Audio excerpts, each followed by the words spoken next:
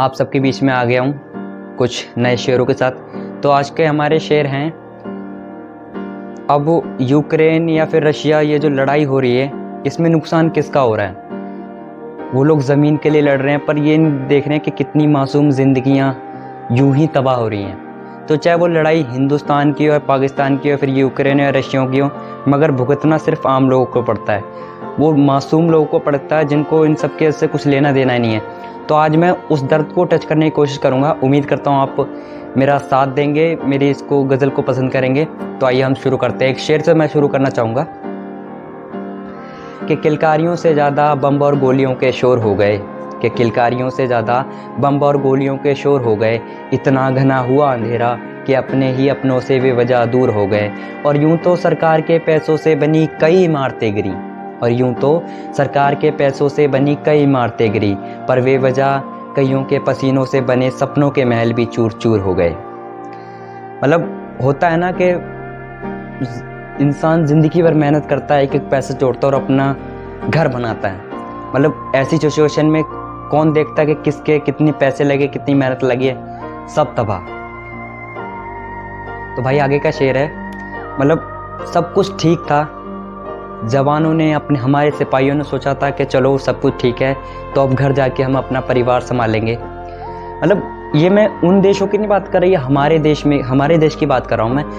जवान सोचते हैं कि चलो अब ठीक है सब कुछ, तो हम अपने घर जाएंगे, अपना घर संभालेंगे, अपनी परिवार को समय देंगे थोड़ा। मतलब वो जो खुशी है उसको देखो कैसे नजर लगी है। मैंने लाइनों में ये सुनाया है, आप उम्मीद करता हूँ आपको पसंद आएंगे। तो आप लाइनें सुने कि हुई गायब चेहरे से हंसी, पता नहीं चेहरे पे कैसी उदासी आ गई। कि हुई गायब चेहरे पे हंसी, पता नहीं चेहरे पे कैसी उदासी आ गई। गली में बिखरे हैं खून के खतरे, पता नहीं गलियों से मस्ती कहाँ गई। और जवानों ने सोचा था कि अब छुट्टी लेके घर को संभालेंगे, और जवानों ने सोचा था कि अब छुट्टी लेके अपने घर को संभालेंगे। देखो किस्मत, उनके सर पे घर के साथ साथ अब पूरे देश की जिम्मेदारी आ गई। तो भाई आगे की लाइन है मेरा एक सवाल है, मतलब जब भी ये ऐसा कुछ होता है तो ये सरकारें ज़मीनें क्यों बचाती हैं, मासूमों की जानें क्यों नहीं? उनका पहला मकसद होता है कि यहाँ पे कब्जा ना होए, वहाँ पे कब्जा ना होए। यार पहले जानें तो बचा लो। ज़मीनों का क्या है, जब जानें होंगी तो ज़मीनें अपने आप हासिल हो जाएंगी। तो मेरी ये लाइनें उन्हीं पे हैं, उम्मीद करता हूँ आपको पसंद आएंगी। कि वो जब तक ज़िंदा हैं जब तक वो माने नहीं, कि वो जब तक ज़िंदा हैं जब तक वो माने नहीं। और अब कब्रिस्तान फिर हरे होंगे, पर वीरान होंगी खाने नहीं। और ये सरकार सिर्फ ज़मीनें बचाएंगी, और ये सरकार सिर्फ ज़मीनें बचाएंगी, मासूमों की जानें नहीं। तो भाई आगे की लाइनें हैं, मतलब इन लाइनों में आप उस दर्द से जुड़ पाओगे। ये हादसे हुए, उनका क्या कसूर था? वो अनाथ हो गए, वो विधवा हो गए, छोटी छोटी बच्चियों के साथ बलात्कार हुआ। मेरा मकसद, मेरी लाइनें, मैं ये नहीं कह रहा कि होता है चलो ठीक है, मतलब पहली सरकार की कोशिश होनी चाहिए कि वो पहले अपनी बहन बेटियों को बचाएं, बच्चों को बचाएं, तब जाके वो ज़मीनें बचाएं। तो मेरी लाइनें आप सुने, उम्मीद करता हूँ आप उस दर्द से जुड़ पाएंगे। तो मैं शेर सुनाता हूँ आपको कि जिस ज़मीन पे किसी और का हक था वो अब किसी और की हो गई। कि जिस ज़मीन पे किसी और का हक था वो अब किसी और की हो गई। गुम हुए छोटे छोटे हाथों के कड़े, और छोटी छोटी पायलें कहीं खो गईं। और कई तो हुए बहुत जल्दी अनाथ, और कई तो मेहंदी उतरने से पहले ही विधवा हो गई। तो आगे की लाइनें हैं, ये सब कुछ होगा, उसके बाद जो हमारा नुकसान होगा। तो जब हमें पूछेंगे हम लोग कि ये क्या गलती थी, किसकी वजह से ये सब हुआ, तो सरकारें जवाब देंगी कि हालात ही ऐसे थे।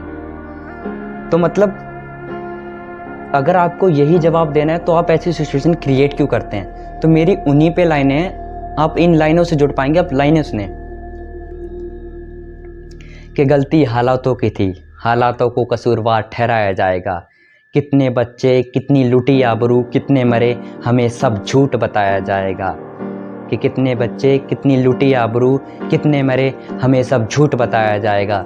और मैं लिखे दे सकता हूँ, इतनी लाशों के ढेर होंगे कि देखना लाशों को नमक से गलाया जाएगा। तो आप ये अंदाज़ा लगा लें, सरकार हमें ये भी नहीं बताती कि भाई कितने हमारे भाई मरे हैं, कितने जवान शहीद हुए हैं। ये सिर्फ अपना सोचते हैं ये लोग। मेरा मकसद किसी को वो नहीं कहना, मतलब मैं उन दर्द की बात कर रहा हूँ जो किसी के साथ शेयर ही नहीं होता। मैं आप लोगों से यही करूँगा कि जितना ये मत कमेंट करें कहीं पे भी कि भाई युद्ध हो ना, किसी के सपोर्ट में बस आप ये कमेंट करें कि युद्ध किसी के लिए भी फ़ायदेमंद नहीं है, न यूक्रेन के लिए न रशिया के लिए, क्योंकि मरेंगे सिर्फ मासूम। तो ये जो हालात हैं, अब एक बात ये सोच लीजिए, सरकारें हैं जो उनको पैसा, रुतबा, सियासत, ये सब जो चीज़ें हैं वो जान से बढ़कर हैं। आप समझ रहे हैं? तो मैंने उन्हीं को जोड़ा है और उनको एक लाइन में पेश किया, तो आप इनसे जुड़ें तो आप इनको समझ पाएंगे। आप तो शेर सुने, आप लाइनें सुने। ज़मीन, सियासत, रुतबा, डर, इन सब की अहमियत जान से बढ़कर हो गई है और छोटी छोटी बातों की वजह से बड़ी ये दुश्मनी हो गई है। और कईयों ने तो अभी ही खोली थी आंखें, कईयों ने तो अभी ही खोली थी आंखें, पर कई आंखें अपने बड़े बड़े सपनों के साथ हमेशा के लिए सो गई हैं। कुछ नहीं है, सिर्फ मासूम लोगों का नुकसान है इसमें। आप उस दर्द का अंदाज़ा भी लगा सकते कि जब आपके पास ये सब तबाही हो रही होगी तो आप क्या सोचेंगे उस टाइम।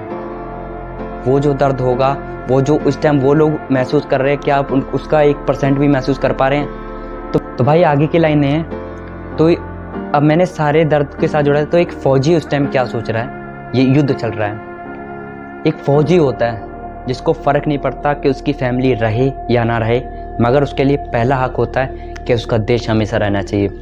तो मैंने इस कविता में उस फौजी के जोश को दिखाने की कोशिश किया। उम्मीद करता हूँ आपको ये पसंद आएगी। तो आइए आप सुनते हैं इसको। कि ना बंदूक, ना कोई गोली, ना कोई सेना चाहिए, अरे ये मेरी सरजमी है, मुझे इसका एक एक इंच, एक एक कोना चाहिए, और कोई फ़र्क नहीं पड़ता कि मैं रहूँ या ना रहूँ, मगर मेरा देश हमेशा रहना चाहिए। तो ये एक फ़ौजी हो सकता है जो सिर्फ ये सोच सकता है। तो सल्यूट है उनको जो अपने देश के साथ खड़े हैं। I salute it.